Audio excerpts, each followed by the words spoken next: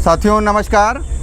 आज जैसे कि हम निरंतर अपने समाज और साथियों पर हो रहे अन्याय अत्याचार के खिलाफ़ आवाज़ उठाते रहते हैं, उसी क्रम में आज हमारा आना इधर बिगिनियापुर चौराहे पर हुआ है।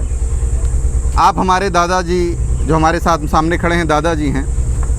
हम साथी से चाहेंगे जो हमारा मोबाइल चला रहे हैं कृपया भैया पास आएँ और देखिए दादाजी हैं। दादा क्या नाम है आपका? राम सजीवन। राम सजीवन दादा। अभी कल दादाजी के गांव में ही एक घटना हो गई थी। वहाँ एक लड़की की विद्युत स्पर्शाघात की वजह से डेथ हो गई थी। हम वहाँ गए तो हमें दादाजी के साथी के द्वारा दादाजी आए पास में, वो बताए भैया हमारे साथ भी बहुत अन्याय हुआ है।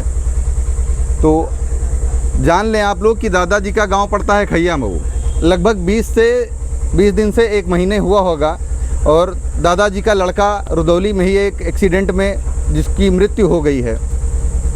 और उसकी मृत्यु होने के बाद आज तक दुखद बात यह है कि जैसे हर जगह हमारे विशेष तौर पर रुदौली में लोधी समाज, पासी समाज, इनको इग्नोर किया जाता है। आज पुनः देखिए कि ये दादाजी हैं जो लोधी समाज से आते हैं और शायद इनका कसूर सिर्फ इतना है कि ये लोधी हैं। इसीलिए शासन सत्ता, स्थानीय जनप्रतिनिधि, नेता, विधायक ना तो कोई इनके यहाँ आया और ना ही किसी ने इनकी किसी भी प्रकार से शासन और प्रशासन से 1 रुपये की मदद नहीं की। और जैसे कि हमने बचपन में किताबों में पढ़ा था, एक सब्जेक्ट था दुख का अधिकार, कि शायद आज दादाजी को दुख व्यक्त करने के पास लिए भी शायद इनके पास व्यवस्थाएं नहीं हैं। देखिए दादाजी की चाय की टपरी है, उन्होंने अपनी डाल रखी है। हम इनकी दुकान पर ही आए हैं और दादाजी चाय बेच करके अब अपने परिवार का भरण पोषण करते हैं। इस उम्र में भी ये विवश हैं। इनकी समस्याएं ये हैं। दादा आपके यहाँ जब मिट्टी हुई बच्चे की तो नेता में कोई आया? कोई नहीं। विधायक? कोई नहीं। और बात करें तो जिला पंचायत सदस्य कोई आया ही नहीं, मिट्टी देने भी नहीं आए। और उसके बाद में किसी ने आपके मदद के लिए कोई बात की? SDM साहब या हमारे और भी कोई नहीं आया। आप किसी के पास गए? हम गए लेकिन कहीं कोई सुनवाई नहीं भाई। हाँ, तो जैसा कि कल आप बता रहे थे कि आपके जो बेटे का पोस्टमार्टम रिपोर्ट है वो शायद सेक्रेटरी के पास पड़ा हुआ है। हाँ है। तो आप लोग देख लीजिए कि किस प्रकार से रुदौली में एक लोधी समाज के व्यक्ति के साथ में अन्याय हो रहा है। इस उम्र में ये धक्के खा रहे हैं कि शायद जो बेटे की दुर्घटना हुई, बेटे की दुर्घटना में मृत्यु हुई है, उस दुर्घटना में मृत्यु होने के पश्चात कुछ शासन के द्वारा जो सहायता मिलती है, स्थानीय जनप्रतिनिधियों ने तो कान में तेल डाल रखा है। कारण क्या है कि दादाजी के वोट को दिलाने की जिम्मेदारी प्रदेश में जो नेता लिए बैठे हुए हैं। अभी कल हमारे मंत्री बने कैलाश सिंह राजपूत जी हैं, हमारे साक्षी महाराज जी हैं, राजवीर सिंह राजू भैया जी हैं, शंकर लाल लोधी जी हैं। आप लोग जान लीजिए कि ये रुदौली के तीसरे चौथे नहीं कई इस तरह के प्रकरण हैं जहां की आवाज़ आप तक नहीं पहुंच पाती है। अत्यंत दुर्भाग्यपूर्ण बात ये होती है कि आप लोगों के जो रुदौली में साथी बैठे हुए हैं, जिनको आपने जिम्मेदारियां दे रखी हैं संगठन बना करके या किसी भी अन्य रूपों में, या तो ये आप तक उचित बात पहुंचाते नहीं हैं या आप लोग वहां से इनकी पैरवी नहीं करते हैं। और अगर आप इनकी पैरवी नहीं कर सकते हैं तो मेरे विचार से आप लोगों को रुदौली में आकर के विशेष तौर से लोधी समाज के लिए वोट मांगने का अधिकार नहीं रहता है। क्यों? जब हम किसी के साथ दर्द में ना खड़े हो पाएँ तो क्या उसका वोट हमें मांगना चाहिए? क्यों भैया? अगर हम किसी के साथ नहीं खड़े हो सकते हैं दादा तो क्या किसी का हमें वोट मांगना चाहिए?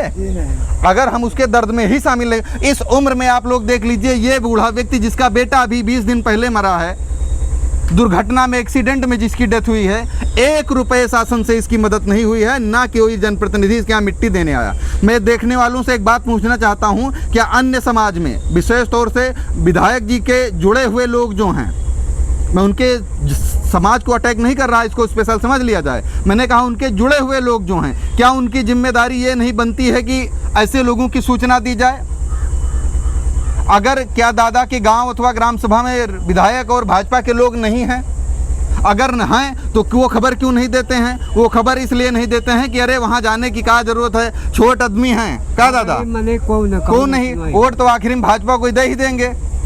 सारी समस्याएं यहीं पर हैं। और एक चीज़ देखिए कि इस उम्र में ये दादाजी अगर दिन भर बेचारे चाय बेचते हैं, और जिनके भी मैंने बताया हाल ही में बच्चे की डेथ हुई है, इनको इतना समय नहीं है ज़िंदगी के बोझ में, ज़िंदगी का बोझ उठाते हुए अपने परिवार का बोझ उठाना है। बच्चा तो चला गया, अब ये क्या करें? लेकिन एक बात मैं पूछना चाहता हूँ रुदौली से, आखिर कब तक? इधर आओ भैया, क्या आप इससे सहमत हैं कि दादाजी की मदद कोई ना करे? काहे ना करे भाई, क्या इनके घर में भैया किसी को आना नहीं चाहिए था? काहे ना चाहिए, लेकिन देखिए आप लोग जानते हैं कोई नहीं आया। कोई नहीं आ रहा। क्यों भैया? इनकी मदद तो दादाजी की होनी चाहिए। ये लोग तो रहे भाई, पूछो कोई नहीं आ रहा। हाँ, आप लोग मिट्टी में देने के, हाँ, अब ये इस उम्र को देखिए, इनके आंसू देखिए। लेकिन दुर्भाग्य है कि रुदौली, रोइए मत दादा, रोइए मत। देखा जाता है जो हमारे लिए जहाँ तक लड़ाई होगी निश्चित तौर पर लड़ेंगे। और मैं एक बात बता दूं रुदौली के अधिकारियों से और रुदौली के नेताओं से, माननीय विधायक से और जितने भी जनप्रतिनिधि हैं उनसे मैं बता दूं कि अगर जो आप लोग दावा करते हैं कि 100 नंबर से तेज चलते हैं, 112 पहले पहुंचती है, बाद में पहुंचती है, हम पहले पहुंचते हैं, ये लोधी समाज के या किसी गरीब वर्ग के या दलित समाज के लोगों की आवाज़ आने पर आपके एम्बुलेंस में तेल क्यों ख़त्म हो जाता है? आपकी 100 नंबर की स्पीड कम क्यों हो जाती है? 20 दिन हो गए आज तक आप लोग इनके यहाँ हालचाल लेने तक के लिए नहीं आ पाए। ये इस प्रकार की दुर्भाग्यपूर्ण स्थिति आप लोग उत्पन्न करके रखेंगे कि इसके बाद ये देखिए स्थिति की बंदा यहाँ पर चाय बेचकर जीवन अपना बिता रहा है, रो रहा है कि किसी भी प्रकार से ये इनके मतलब किसी भी माध्यम से इनके लिए शासन से कुछ अगर मदद हो सके। और रुदौली और हमारे अयोध्या जनपद के नवागढ़ डीएम साहब और हमारे रुदौली के एसडीएम साहब, आपसे एक निवेदन है कि आप लोगों के प्रशासनिक तंत्र में ऐसी कौन सी कमी हो जाती है, ऐसा क्यों हो जाता है कि एक गरीब आदमी आपके यहाँ भी आता है और उसकी सुनवाई नहीं हो पाती है? आप गए थे ना, जैसा आप बता रहे हैं। हम गए थे।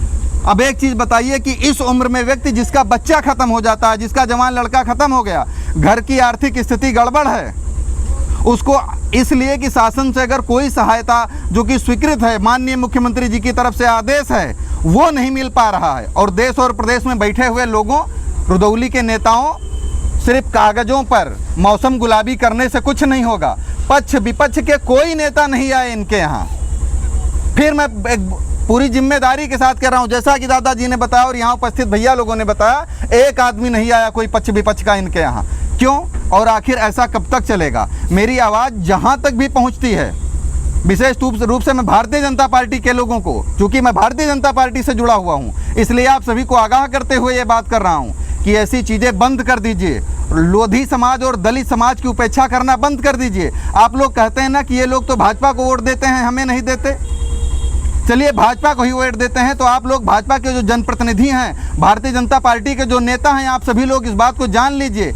ऐसे लोगों को, ऐसे पीड़ितों को आश्रय जरूर दीजिए। प्रशासन पर ऐसे लोगों से कहिए कि ऐसे लोगों के साथ में खड़े हों। अगर नहीं खड़े हो पाते हैं तो मेरे विचार से ऐसी सरकार में और ऐसे लोगों, ऐसे जनप्रतिनिधियों के संरक्षण में या उनके रहते हुए अगर नहीं सुरक्षित हैं तो फिर ऐसे लोगों का सिर्फ राजनीतिक उपयोग के दृष्टि से ना देखा जाए। सिर्फ ये वोटर मात्र नहीं है।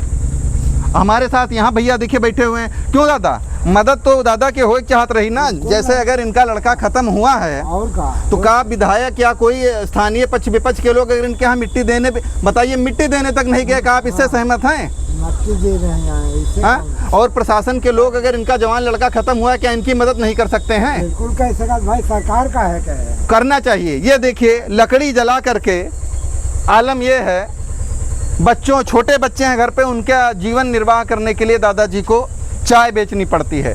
सभी जिम्मेदार जनप्रतिनिधियों और शासन और प्रशासन के लोग, जहां तक मेरी आवाज़ जा रही है, इसको ध्यान दें। निवेदन है मेरा, किसी के साथ द्वेषपूर्ण भाव से काम मत कीजिए आप लोग।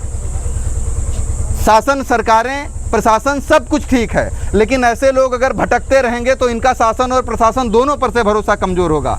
आप सभी सम्मानित साथियों से मेरा निवेदन है कि कृपया हमारी आवाज़ को आगे बढ़ाने का काम करें और जिम्मेदारों तक आवाज़ पहुँचे। और सभी जिम्मेदारों से निवेदन है कि दादाजी के मामले में शीघ्र अतिशीघ्र, जैसा कि इन्होंने बताया कि इनका कोई कागज़ भी शायद कोई लेके इन्होंने गए थे, वहाँ पहुँचाया भी है इन्होंने, लेकिन ना उधर से कोई रिस्पॉन्स आया, ना आज तक इनसे किसी ने संपर्क किया। और हाँ, 100 नंबर से तेज चलने वालों, 108 से तेज चलने वालों, निवेदन है सिर्फ लोधी और पासी जैसे दलित और पीड़ित, ये पिछड़े वर्ग के लोगों को देख करके अपनी रफ्तार कम मत किया कीजिए, वरना ये जनता है, ये खुद आपको रफ्तार में ला देगी। सभी जिम्मेदारों से अनुरोध है, शासन और प्रशासन से जुड़े लोगों से, कि दादाजी की मदद करें। बिगिनियापुर चौराहे पर आपका ये दुकान है चाय की, और दादाजी का घर पड़ता है अखैया मऊ गाँव, फिरोजपुर मखदूमी, राम सजीवन लोधी नाम ना दादा।